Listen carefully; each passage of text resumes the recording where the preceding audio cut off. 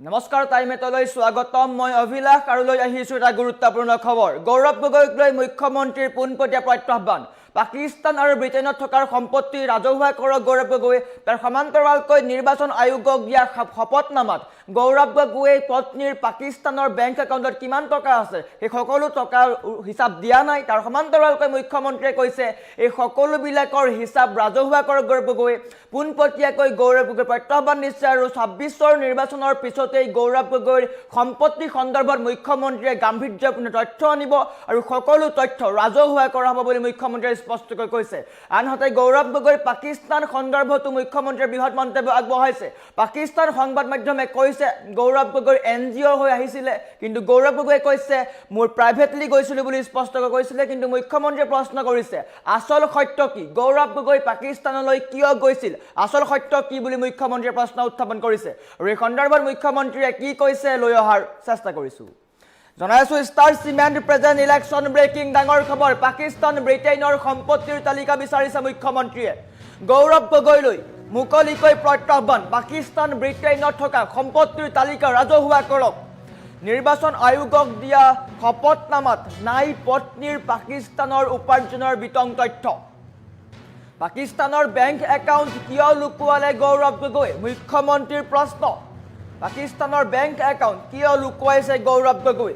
NGO' নে ব্যক্তিগত ভ্ৰমণ পাকিস্তানলৈ কিয় গৈছিল গৌৰৱক লৈ বিপাঙত এতিয়া পাকিস্তানী সংবাদ মাধ্যম মুখ্যমন্ত্ৰীয়ে এইসমূহ ৰাজহুৱা কৰিবলৈ আহ্বান জনাইছে পাকিস্তানে কৈছে গৌৰৱ গগৈ এনজিঅ'ৰ হৈ গৈছিল কিন্তু গৌৰৱে কৈছে ব্যক্তিগত কাৰণতহে পাকিস্তান গৈছিল কিন্তু আসল সত্য কি আমেৰিকাতো গৌৰৱ গগৈৰ সম্পত্তি থকাৰ কথা সোঁৱৰালে মুখ্যমন্ত্ৰীয়ে আৰু এই অভিযোগ উত্থাপন কৰিছিল গৌৰৱ গগৈ কিন্তু সেইসমূহ মুখ্যমন্ত্ৰীৰ অভিযোগ নহয় মুখ্যমন্ত্ৰীৰ অভিযোগ যে ব্ৰিটেইন আৰু পাকিস্তানৰ সম্পত্তিৰ তালিকা দিয়ক নিৰ্বাচনৰ পিছতে বিদেশৰ সম্পত্তিৰ গাম্ভীৰ্যপূৰ্ণ তথ্য আনিব মুখ্যমন্ত্ৰীয়ে নিৰ্বাচনৰ পিছতেই এই সকলো তথ্য অনা হ'ব আৰু বৰ্তমান সময়ত এটা গুৰুত্বপূৰ্ণ খবৰ গৌৰৱ গগৈলৈ মুকলিকৈ প্ৰত্যাহ্বান মুখ্যমন্ত্ৰীৰ পাকিস্তান আৰু ব্ৰিটেইনৰ সম্পত্তিৰ তালিকা বিচাৰিছে মুখ্যমন্ত্ৰীয়ে গৌৰৱ গগৈলৈ মুখ্যমন্ত্ৰীৰ প্ৰত্যাহ্বান পাকিস্তান ব্ৰিটেইনত থকা সকলো সম্পত্তিৰ তথ্য ৰাজহুৱা কৰক নিৰ্বাচন আয়োগক দিয়া শপতনামাত পত্নীৰ যিসমূহ পাকিস্তানৰ পৰা উপাৰ্জনৰ তথ্য আছে এই সকলো তথ্য দিয়া নাই পাকিস্তানৰ বেংক একাউণ্ট কিয় লুকুৱাইছে গৌৰৱ গগৈ মুখ্যমন্ত্ৰীৰ পোনপটীয়া প্ৰশ্ন আৰু এনেকৈ মুখ্যমন্ত্ৰীয়ে কেতবোৰ প্ৰশ্ন উত্থাপন কৰিছে পাকিস্তানী সংবাদ মাধ্যমে কৈছে যে গৌৰৱ গগৈ এনজিঅ'ৰ হৈ পাকিস্তানলৈ গৈছিল কিন্তু গৌৰৱ গগৈয়ে কৈ আছে যে ব্যক্তিগত কাৰণতহে মই পাকিস্তান গৈছিলোঁ আসল সত্যটো কি এই সকলোবিলাক ফাদিল হ'ব নিৰ্বাচনৰ পিছতেই মুখ্যমন্ত্ৰীয়ে গৌৰৱ গগৈৰ সম্পত্তিসমূহ বা বিদেশত যিমান সম্পত্তি আছে সেই সকলো সম্পত্তিৰ গাম্ভীৰ্যপূৰ্ণ তথ্য লৈ আনিম বুলি মুখ্যমন্ত্ৰীয়ে স্পষ্টকৈ কৈছে আৰু এনেকৈ গৌৰৱ গগৈক প্ৰত্যাহ্বান দিছে মুখ্যমন্ত্ৰীয়ে গৌৰৱ গগৈলৈ মুখ্যমন্ত্ৰীৰ আহ্বান পাকিস্তান আৰু ব্ৰিটেইনত থকা সম্পত্তিৰ তালিকা ৰাজহুৱা কৰক নিৰ্বাচন আয়োগক গৌৰৱ গগৈয়ে দিয়া শপতনামাত পত্নীৰ পাকিস্তানৰ উপাৰ্জন দেখুওৱা নাই এই সকলোবিলাকো দেখাব লাগে বুলি মুখ্যমন্ত্ৰীয়ে উল্লেখ কৰিছে পাকিস্তানৰ বেংক একাউণ্টটো দেখুওৱা নাই শপতনামাত পাকিস্তানত থকা বেংক একাউণ্টৰ তথ্যও গৌৰৱ গগৈয়ে দিয়া নাই পাকিস্তানত গৌৰৱ গগৈ প্ৰসংগক লৈ পাকিস্তান সংবাদ মাধ্যমত বিতৰ্ক চলিছে পাকিস্তান টেলিভিছনে কৈছে গৌৰৱ গগৈ পাকিস্তানলৈ এনজিঅ' হিচাপেহে গৈছিল কিন্তু পাকিস্তানলৈ গৌৰৱ গগৈয়ে কৈছে পাকিস্তানলৈ তেওঁ ব্যক্তিগত কাৰণতহে গৈছিল আসল সত্য কি এতিয়া নতুন প্ৰশ্ন এটা উত্থাপন হৈছে বুলি মুখ্যমন্ত্ৰীয়ে কৈছে পাকিস্তানে কৈ আছে গৌৰৱ গগৈ ব্যক্তিগত কাৰণত নহয় এনজিঅ' হিচাপেহে গৈছে কিন্তু গৌৰৱ গগৈয়ে কৈ আছে আমি ব্যক্তিগত কাৰণতহে পাকিস্তান গৈছিলোঁ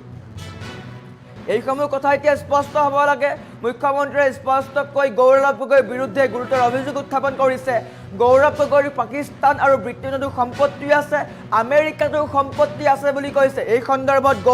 অখিল গগৈয়ে গৌৰৱ গগৈৰ বিৰুদ্ধে অভিযোগ উত্থাপন কৰিছিল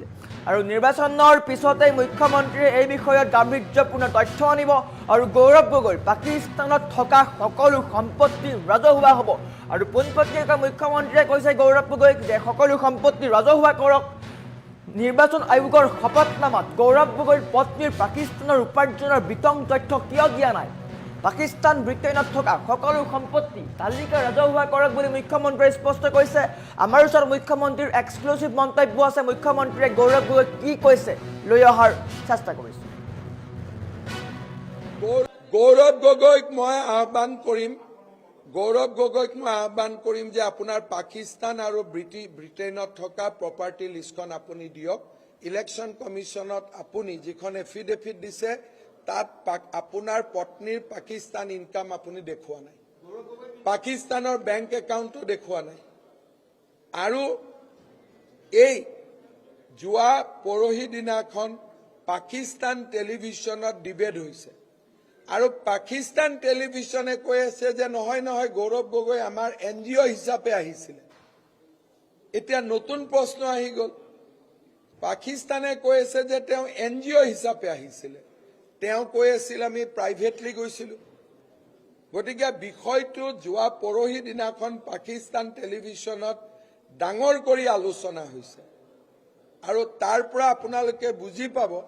যে পাকিস্তানৰ মানুহৰো তেওঁৰ প্ৰতি কিমান চিম্পেথি আছে। চক এটাই মই কথা কওঁ, গৌৰৱ গগৈ ডাঙৰীয়াই সকলোৰে বিপক্ষে ইমান দিনে ক'লে, মই আজি স্পষ্ট অভিযোগ দিছোঁ যে তেওঁৰ পাকিস্তানতো সম্পত্তি আছে, ব্ৰিটিছতো লণ্ডনতো সম্পত্তি আছে আৰু আমেৰিকাতো সম্পত্তি থকা বুলি অখিল গগৈয়ে কৈ থৈছে। আমেৰিকাতো মোৰ এলিগেশ্যন নহয়, সেইটো অখিল গগৈৰ এলিগেশ্যন। মোৰ ক্লিয়াৰ এলিগেশ্যন হৈছে যে ইলেকশ্যন কমিশ্যনক দিয়া আপোনাৰ এফিডেভিটত পাকিস্তানৰ ট্ৰেনজেকশ্যন আপুনি দিব লাগে।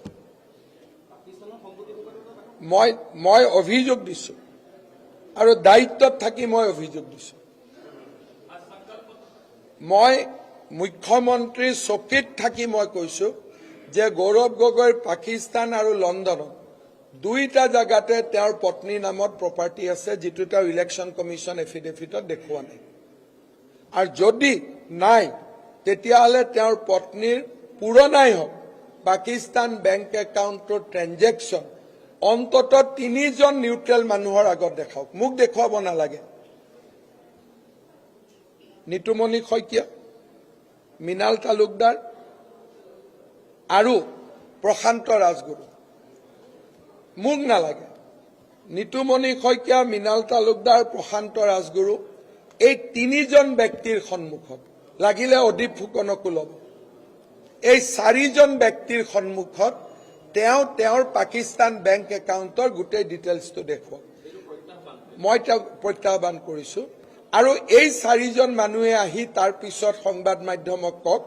যে নাই তেওঁৰ একো নাই, হিমন্ত বিশ্ব শৰ্মাৰ অভিযোগ মিছা। মোক দেখুৱাব, মই কোৱা নাই। কাক কৈছোঁ? নিতুমণি শইকীয়া, মৃণাল তালুকদাৰ, প্ৰশান্ত ৰাজগুৰু, লাগিলে অদীপ ফুকনকো মাতি মোৰ বিৰোধী গোটেইকেইজন, আৰু এই 4জন মানুহৰ আগত গোটেই একাউণ্টটো দেখুৱাওক। বহুত বেছি ভয়ংকৰ অভিযোগ আছে। আমাৰ হাতত নতুন নতুন তথ্য পৰিছে। ইলেকশ্যনৰ বঁটাটো মই পংকিল কৰিব খোজা নাই। নিৰ্বাচনৰ পিছত এই বিষয়ে মই আৰু অধিক তথ্য আনিম। Serious information has came to my notice. Gaurav গগৈক মই আহ্বান কৰিম যে আপোনাৰ পাকিস্তান আৰু ব্ৰিটেইনত থকা প্ৰপাৰ্টি লিষ্টখন আপুনি দিয়ক। ইলেকশ্যন কমিশ্যনত আপুনি যিখন এফিডেভিট দিছে তাত আপোনাৰ পত্নীৰ পাকিস্তান ইনকাম আপুনি দেখুওৱা নাই, পাকিস্তানৰ বেংক একাউণ্টো দেখুওৱা নাই। আৰু এই যোৱা পৰহি দিনাখন পাকিস্তান টেলিভিশ্যনত ডিবেট হৈছে আৰু পাকিস্তান টেলিভিশ্যনে কৈ আছে যে নহয় গৌৰৱ গগৈ আমাৰ NGO হিচাপে আহিছিলে। এতিয়া নতুন প্ৰশ্ন আহি গ'ল, পাকিস্তানে কৈ আছে যে তেওঁ NGO হিচাপে আহিছিলে, তেওঁ কৈ আছিল আমি প্ৰাইভেটলি গৈছিলোঁ। গতিকে বিষয়টো যোৱা পৰহি দিনাখন পাকিস্তান টেলিভিশ্যনত ডাঙৰ কৰি আলোচনা হৈছে আৰু তাৰ পৰা আপোনালোকে বুজি পাব যে পাকিস্তানৰ মানুহৰো তেওঁৰ প্ৰতি কিমান চিম্পেথি আছে। চক এটাই মই কথা কওঁ, গৌৰৱ গগৈ ডাঙৰীয়াই সকলোৰে বিপক্ষে ইমান দিনে ক'লে, মই আজি স্পষ্ট অভিযোগ দিছোঁ যে তেওঁৰ পাকিস্তানতো সম্পত্তি আছে, ব্ৰিটিছতো লণ্ডনতো সম্পত্তি আছে আৰু আমেৰিকাতো সম্পত্তি থকা বুলি অখিল গগৈয়ে কৈ থৈছে আমেৰিকাতো মোৰ এলিগেশ্যন নহয় সেইটো অখিল গগৈৰ এলিগেশ্যন মোৰ ক্লিয়াৰ এলিগেশ্যন হৈছে যে ইলেকশ্যন কমিশনক দিয়া আপোনাৰ এফিডেভিটত পাকিস্তানৰ ট্ৰেনজেকশ্যন আপুনি দিব লাগে মই অভিযোগ দিছো আৰু দায়িত্বত থাকি মই অভিযোগ দিছো মই মুখ্যমন্ত্ৰীৰ চকীত থাকি মই কৈছো যে গৌৰৱ গগৈৰ পাকিস্তান আৰু লণ্ডনত দুইটা জায়গাতে তেওঁৰ পত্নীৰ নামত প্ৰপাৰ্টি আছে যেটো তেওঁ ইলেকশ্যন কমিশন এফিডেভিটত দেখুৱা নাই আৰু যদি নাই তেতিয়াহলে তেওঁৰ পত্নীৰ পুৰণাই হওক পাকিস্তান বেংক একাউণ্টৰ ট্ৰেনজেকশ্যন অন্তত 3 জন নিউট্ৰেল মানুহৰ আগত দেখাওক মোক দেখুৱাব নালাগে নিতুমণি শইকীয়া মৃণাল তালুকদাৰ আৰু প্ৰশান্ত ৰাজগুৰু মোক নালাগে নিতুমণি শইকীয়া মৃণাল তালুকদাৰ প্ৰশান্ত ৰাজগুৰু এই 3 জন ব্যক্তিৰ সন্মুখত লাগিলে অদীপ ফুকনকো ল'ব এই 4 জন ব্যক্তিৰ সন্মুখত তেওঁৰ পাকিস্তান বেংক একাউণ্টৰ গোটেই ডিটেইলছটো দেখুৱাওক মই